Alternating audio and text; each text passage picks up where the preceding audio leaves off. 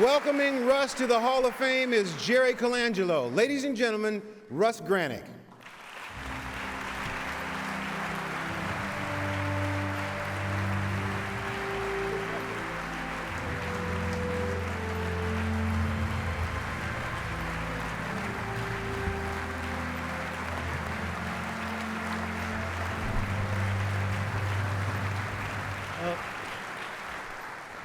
Thank you, Ahmad. It's great to have you introduce me here. And thanks to NBA Entertainment for doing their best in that video to make me look very important. I appreciate it. But frankly, I do like to think that I played a meaningful role in the growth of the game and the NBA and internationally. But some time ago, someone mentioned to me that I ought to check my entry in Wikipedia.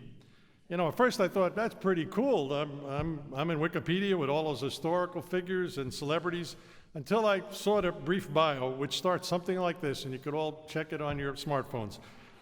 Russ Granik, American sports executive, best known as the announcer of second-round picks in the NBA draft.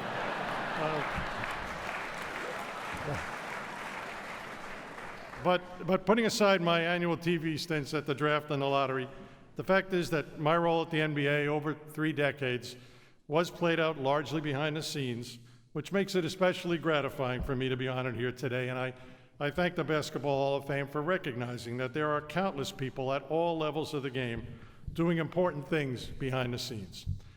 I want to especially thank my good friend Michael Goldberg, the executive director of the NBA Coaches Association, because he, along with my son Dan, was the first person ever to suggest to me several years ago that I might actually belong in the Basketball Hall of Fame.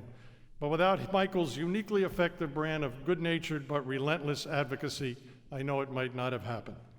And of course, I want to thank Jerry Colangelo, not only for standing up here with me and his kind words in the video, but for having been a friend and mentor for more than 30 years. Now, many in this room have had the opportunity to interact with Jerry along the way, and you all know that whatever Jerry undertakes, whether it involves improving the sport of basketball or helping one of the countless charities to which he is devoted, he is simply a force of nature.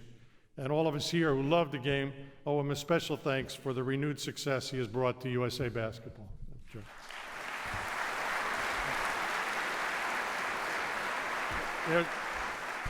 There's one other person who I wish could have been standing here today next to Jerry, and that is Dave Gavitt, who was a very key influence in my professional life. Without both Dave and C.M. Newton heading up USA Basketball in 1989, I doubt that the dream team would ever have been realized. And it meant a great deal to me to hear Dan Gavitt say some time ago that he knew his dad would be smiling today watching me follow him into the Hall of Fame. Thanks, Dan.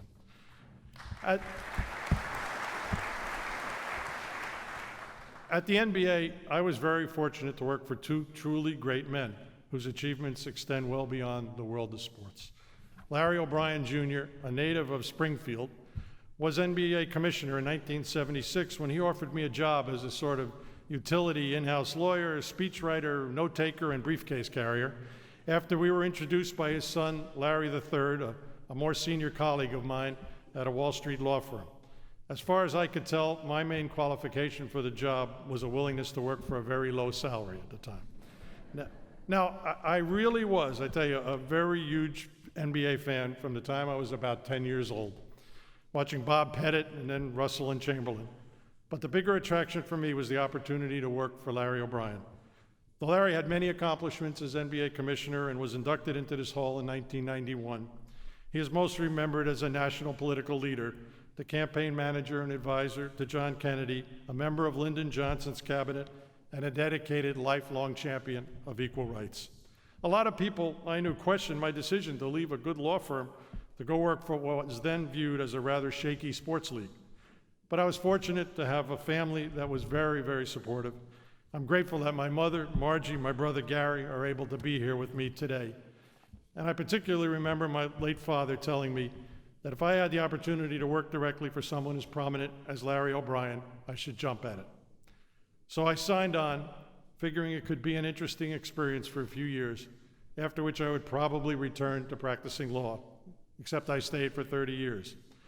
And I will forever be grateful to Larry III, who I'm also very happy could be here today, not only because he led me to the perfect job with his dad, but also because the NBA office is where I met my wonderful wife, Joyce, to whom I've now been lucky enough to be married for 36 years, resulting in 2 terrific children.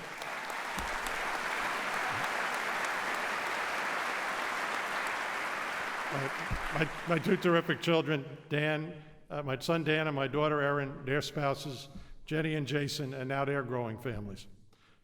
Of course, by far the most influential person in my career has been David Stern.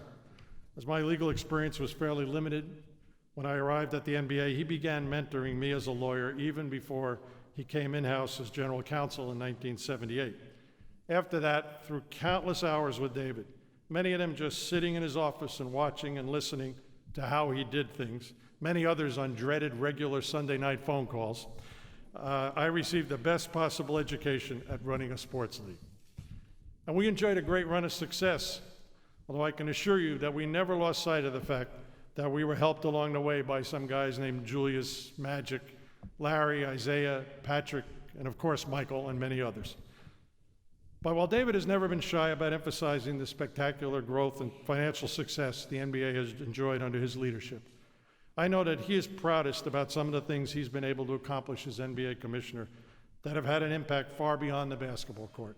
Things like making strides in providing equal opportunity across the league at all levels and job descriptions, leading a national discussion when necessary about HIV and AIDS, creating Basketball Without Borders and supporting numerous charities through NBA Cares. Working for David for all those years was a great privilege, and I'm very pleased that he seems to be almost as excited as I am about my induction here today. Of course, there are countless others at the NBA who have played significant roles in the last 3 decades. I've watched dozens of players at enshrinement ceremonies where they note their key teammates who helped them compete at the highest level. Well, I had literally hundreds of exceptional teammates in the NBA, not just at the league office, but among general managers, coaches, business executives, players, even some referees, and particularly team owners. There actually have been many capable, highly decent NBA owners in the last 30 years. I am overwhelmed by how many of my NBA colleagues chose to be here today, far too many to list. But I do want to mention some of those with whom I worked most closely, each for a decade or more, and made their own significant contributions to the NBA's success. So with apologies to those omitted due to time constraints, I do want to acknowledge in alphabetical order Val Ackerman, a true pioneer and truly fine person. Gary Bettman, I think he works in some other sport now, but no one worked more closely with me and David for a dozen years, and it's nice to see him here in the home of basketball.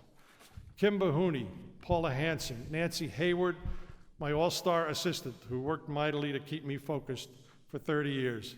Stu Jackson, Bill Koenig, Bob Lanier. Where else but the NBA could a very young lawyer sit across the bargaining table from a scowling, very old superstar player, discover they were exactly the same age, and become good friends thereafter?